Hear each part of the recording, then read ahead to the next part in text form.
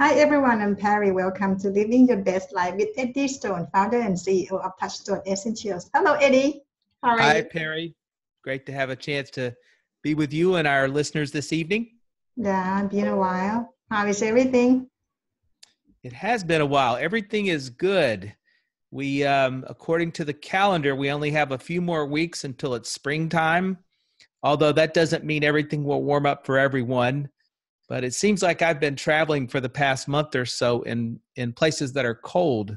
Mhm, And I think I'm ready for some sunshine and some warm weather. So maybe I mhm. need to come to Thailand so I can get some sunshine and warm weather.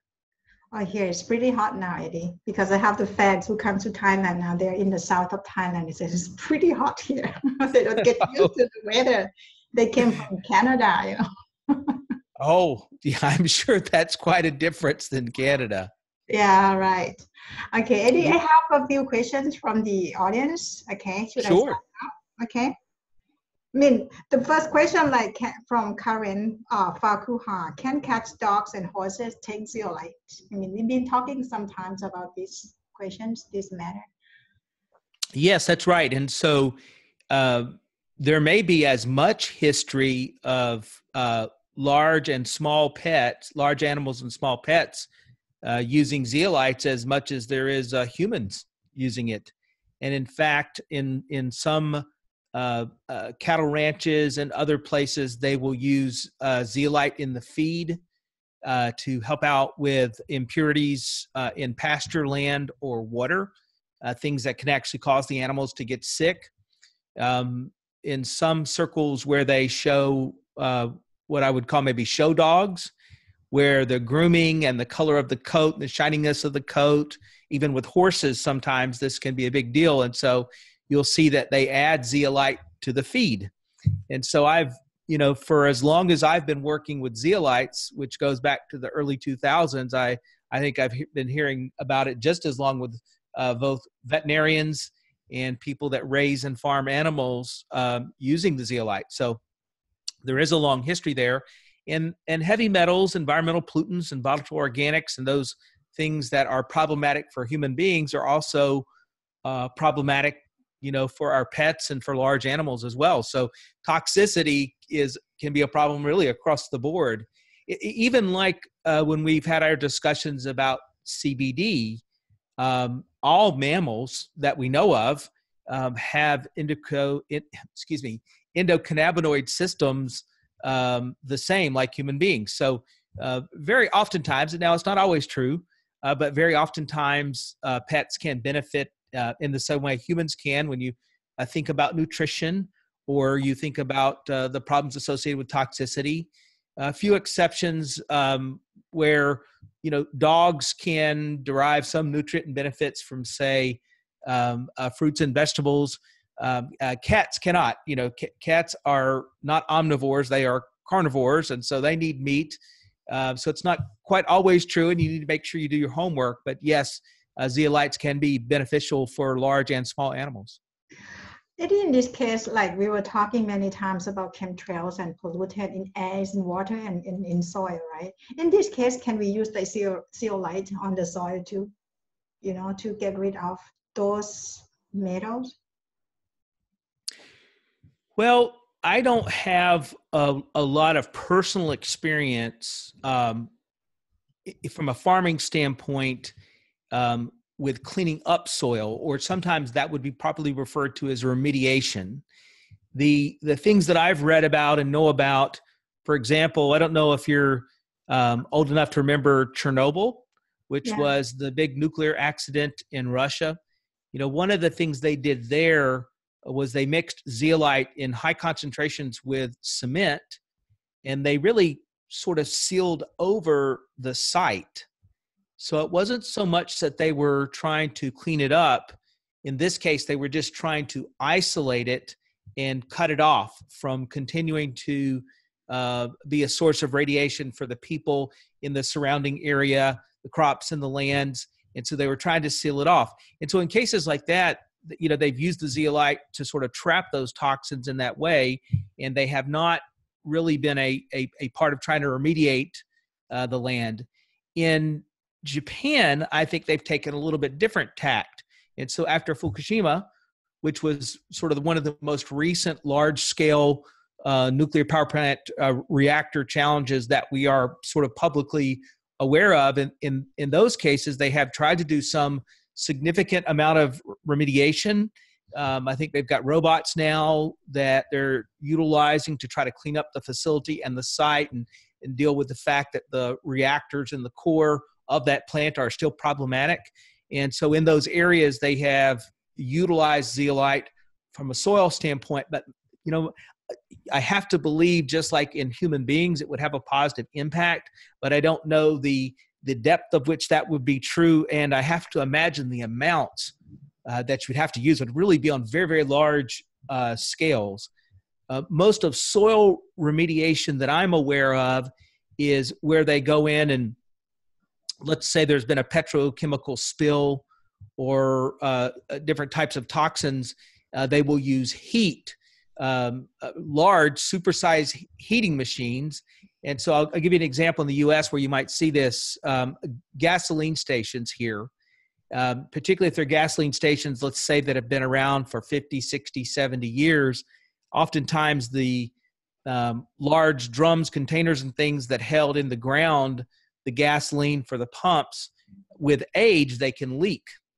And they can leak into the soil of the surrounding area. And so if you happen to own that land, you'll have trouble selling that land because no one wants to buy basically poisoned land, because how would you use it, right? You'd have all kinds of environmental testing that would keep you from being able to sell that property. And so they'll actually bring in very large and heavy machinery to use superheating systems to sort of heat and clean up the land in that way, and or haul it off and dispose of it in other places and bring back different soil to replace it. Now, the problem is, once you do something like that, all of the microorganisms that are necessary for soil to be alive, particularly if we plan to grow something there, get killed off by the heat. And so you've got to reintroduce those microorganisms. You often hear about people using worms and other things like that to sort of repopulate microorganisms into soil. So it gets more complicated, but there is some reason to believe that the properties are similar and can have some benefit to the soil, just on much different scales than human beings. Oh, okay. Not that easy, no? Yeah. To pull it up. Okay. And next question from him, okay, still talking about genital herpes would be great. My sister is having outbreaks every month due to severe stress getting resolved. You have any recommendation, like what can they take, or heal themselves? Well, the herpes virus is really a challenge for people, and it can be, as was described with the question, genital herpes, which can be problematic for a person trying to develop a relationship or even have children. There's all kinds of places that can, have a real negative impact on someone. And then herpes can also show up in the form of cold sores and fever blisters and things of this kind. So it's a common virus. Most people have immune systems that keep the virus in check. But then, of course, we have someone like being described here, where it's their immune system is not able to manage the viral load. And so there are drugs. In this case, I think a person has to really try to find a physician or someone with a specialty in this area. While you can use good nutrition to, try to boost your immune system, and zeolites, I think, can have a positive impact in this regard in terms of trying to manage at a deeper level those viruses and keep them from replicating and breaking out other things. I really encourage people to go see an experienced physician, someone that really knows this subject matter and knows some of the latest technology and drugs that are out there. Just a few years ago, when a person had hepatitis C, which is a virus in a similar family, interacts differently in the body, that was almost a lifelong sentence where, there was really no chance. They just had to try to manage the viral load and keep that from destroying their liver and other issues, but it wasn't something they could ever think of as a cure. And over the last several years, there have been drugs that have been released and introduced that can, in fact, cure people, which is just a remarkable thing. cure people that have hepatitis C. And so I don't know that that's certainly not everybody, but a lot of people are getting those benefits. One challenge is that it's extremely expensive, and not all people are able to get coverage either from a government entity or their insurance. But so there's promise out there with these viruses. But I would say to this listener, certainly understand the challenges and encourage them to seek help from a medical doctor with experience in the area, because there's really some cutting edge things that may be available to them to help manage the problem. And yes, like you mentioned, maybe because of the immune system too, if you can reboost, and then can we eat like good food? Helps or not, Eddie? Nutrition? I really believe, Perry, no matter what we're talking about, our chances of fighting a disease, managing a disease are just so much greater if we're in good health from a nutritional standpoint, with exercise and sleep and paying attention to not getting too much sugar, and drinking water instead of soda, and these kinds of things. So I'm a big believer in self-care, managing your stress, managing your food, doing your best not to eat the ultra processed foods and things like that, because you make your body more vulnerable to disease. Whether you're talking about outbreaks of herpes or other things, a healthy lifestyle is just going to better support your immune system, and whatever other medical care you're getting. I just have to believe that outcome is going to be improved if you're more healthy from a nutrition, exercise, diet, rest, sleep, stress management standpoint. So my constant advocacy for not eating those ultra processed foods and taking care of yourself remains the same, even if you're dealing with something like a herpes virus. Okay. And today, Eddie, we were talking about Alzheimer, right? Very interesting. We are. We're going to talk about Alzheimer's because it's really a very devastating disease. And, my heart goes out to anybody on or that's listening to us that's dealing with it in their household. Whether it is their mom or dad or sister or brother, that because once it takes over, and for different people it can mean different things, that loved one, that person you cared about and have known your own life, things change and they're no longer the same. And it's more than just they can become forgetful, they can become violent. I've got an aunt, and her husband forever, my uncle, he can't live with her any longer because he became a danger to her and a danger to himself. And so he's got to live in a facility where they can take care of him. I had a visit to the dentist today, and the dental hygienist that was cleaning my teeth was telling me about this past weekend carrying her mom to visit her aunt. And her aunt was 101 years old, which is really quite remarkable. And she didn't remember going. She said she seemed to have a lovely time and recognize her aunt, but then the next day she didn't remember that they had spent all day on this trip. And so it's really something that robs that very essence of living and life from people that we love so dearly. In the U.S. alone, and this is a global issue when we talk about Alzheimer's and dementia, but if we're just talking about Alzheimer's, there's estimated to be about 5.7, so just right at 6 million people currently in the U.S. That suffer with Alzheimer's disease. And that number in the next 20 plus years is estimated to double. And you're talking about someone that can live a long time and require complete care because they no longer have their faculties to feed themselves, be responsible for themselves, provide safety. And let me just to give this some comparison, if you take breast cancer, which is tragically responsible for so many deaths of women, around the world, and if you take prostate cancer, which is responsible for so many deaths in men, just in the U.S., combining the deaths from breast cancer and prostate cancer, well, actually, Alzheimer's disease kills more than those two diseases combined. And the thing that's tricky is a lot of people have identified that genetics, clearly plays a role in Alzheimer's disease. We all know that your chances of developing the disease are greater if somebody you're genetically related to in your family also had the disease. But now what researchers have begun to do is realize that there's more to it than that, because it may be also because that family may share similar habits or similar exposures. They may have grown up in the same region with the same challenges from an environmental toxicity standpoint. And so a lot of research has now also begun to look at the role of heavy metals, volatile organics, and other things that can play a role in creating oxidative stress, particularly at the cellular level, being disruptive to the mitochondria.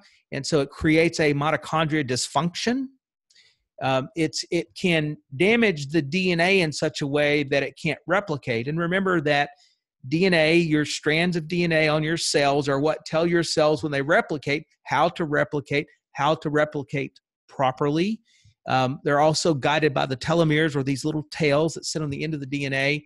And Alzheimer's disease can damage that function. So now you can even have people, we typically think of Alzheimer's being a 60, 70, 80-year-old person's disease, but now you can have people in their 40s and 50s that can wind up with symptoms and being diagnosed with Alzheimer's disease. And then there's apoptosis, which is a description of what's called programmed cell death, which can actually cause brain cells to die earlier than they normally would. And then maybe the biggest single thing is we hear about this in various descriptions, but essentially it's protein misfolding.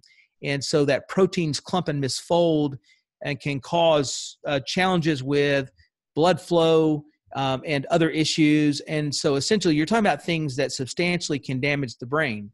And we know that there's a strong correlation because heavy metals can also do the same. So I'll just give you, one example of this. There is a journal called the Journal of Alzheimer's Disease. That's sort of how, big this issue is and the concern that it is. And what they have found is that people that are diagnosed with Alzheimer's disease, and this isn't just in the US, now we're talking about on a global scale, this is large, well-reported research, have high levels or amounts of mercury and lead and calcium, or excuse me, not calcium, cadmium in their body. And the levels are significantly higher with people who are comparable in terms of age, genetic history, region, lifestyle, that don't have Alzheimer's disease. And so the connection that they're making seems quite logical, that if two people are the same, one develops Alzheimer's disease and they've got heavy metals, another same area, same age, all these other factors, no heavy metals, no Alzheimer's disease, scientists are worried about that connection and the role of living, say, around or near a coal-powered power plant, chemical processing plants that can dump into rivers that wind up being drinking water supplies for towns all over. I live in North Carolina, so the Appalachians, the Blue Ridge, these mountain regions where you can often find these types of power plants or chemical processing plants. And there's a worry about how it gets into the drinking water. And so it's interesting. And it's not just the drinking water. We spoke several weeks ago about Teflon coated cookware, or basically nonstick cookware, and the role that can play. Now there's worry, about poorly manufactured and improperly used aluminum foil. And there's a lot of people that easily for convenience reasons use aluminum foil in the kitchen, right? It's not uncommon that they would wrap up leftovers and maybe even use the aluminum foil to reheat those leftovers. And then there's the dilemma, well, okay, if I use plastic or I put it in plastic and I reheat in the plastic, now there's potential challenges there. And so, our bodies are strong but fragile at the same time. And we are vulnerable to these chemicals that just aren't native to how our systems manage them. And so for some people, this becomes a very acute problem. Someone with heavy metal issues and challenges and high levels that's dealing with Alzheimer's disease, I'd say that's a very acute reaction to what's happening, with those heavy metals. Furniture. I mean, it's so many places around your home. Your furniture, principally when the furniture is using PFs to help with flame retardants. flame retardants used on airplanes or clothing or babies' clothing or babies' sheets or babies' pillows or blankets, inside of airline cockpits. And even as simple a place as, and this one is so common, spices in your kitchen. You know, people that buy spices that are inexpensive with no sort of care or interest in learning about the soil it came from or the processing.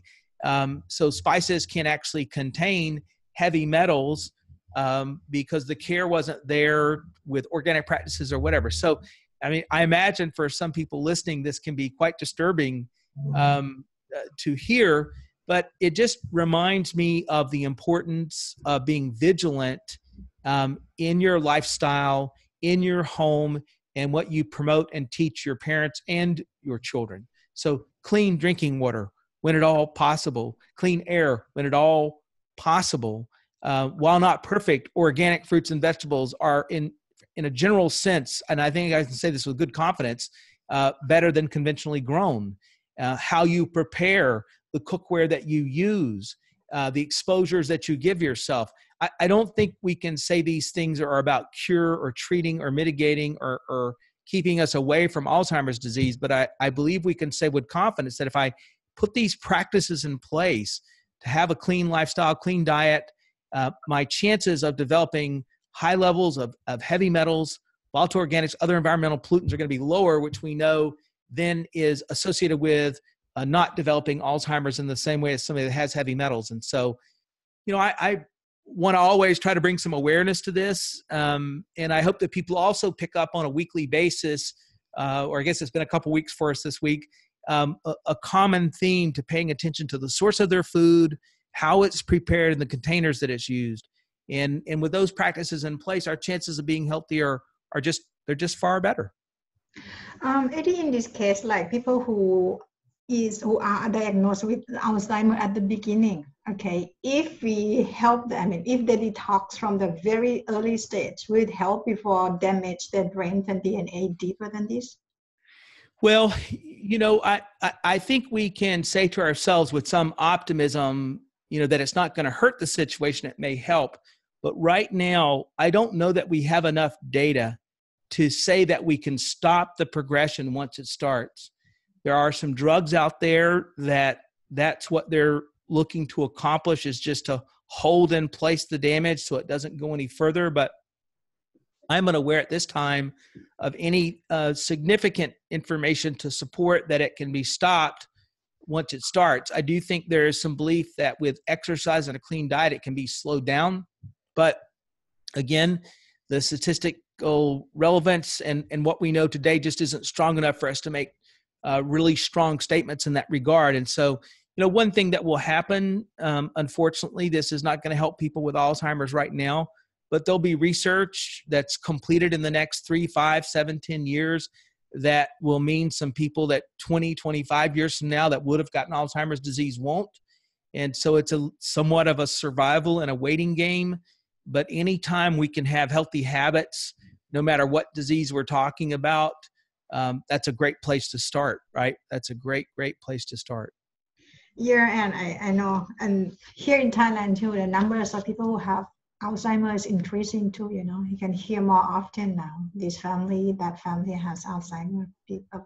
It's a global epidemic, and you know, it doesn't seem to matter if we're talking about Europe or Asia or the Americas or Africa. It's a concern on a global scale. Mm-hmm. So the best way is take care of your health first from now on, right? Yeah, that's right. And you know, I'll say it again. I say it every week. You know, pay attention to your nutrition, things like greens drinks, and zeolite. There's no better natural chelator that I'm aware of than zeolite.